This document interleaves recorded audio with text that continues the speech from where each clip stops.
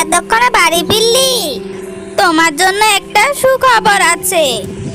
কি খবর খুকি? আমি আজকে একটা ডিম পেড়েছি। কিছুদিন পরেই তুমি বাবা আর আমি মা হতে পারবো। এটা তো খুবই খুশির খবর। যাই আমি গিয়ে সবাইকে খবরটা দিয়ে আসি। শোনো, সবাইকে খবরটা দিয়ে দ্রুত ফিরে এসো। আমি তো সন্তান জন্ম দিতে যাচ্ছি, তাই আমার পাশে তোমাকে প্রয়োজন হবে। কাক খুশি হয়ে একে একে সবার বাড়িতে গিয়ে খুকি ডিম পাড়ার কথা জানাতে লাগলো।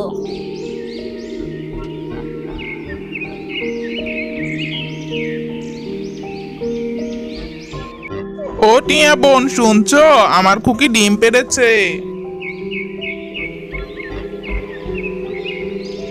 ডিম পেড়েছে তাতে কি হয়েছে?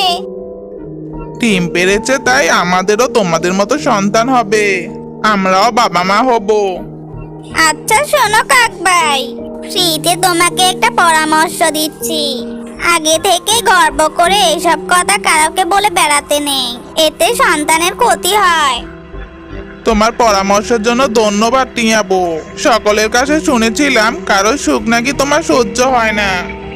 আজ তো দেখছি কারোর সুখই তোমার সহ্য হয় না। কাক টিয়া বউকে এই কথা বলে উড়ে চলে যায় এরার বাড়িতে।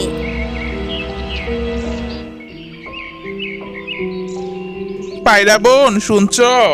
আমার খুকি ডিম পেড়েছে। তোমার ছানা হলে গিয়ে দেখে আসবো। মিষ্টি খাওয়াতে ভুলো না। খাওয়াবো পায়রা বোন, জঙ্গলে সব পাখিকেই খাওয়াবো। ঠিক আছে, এখন আমি বাড়ি ফিরে যাই।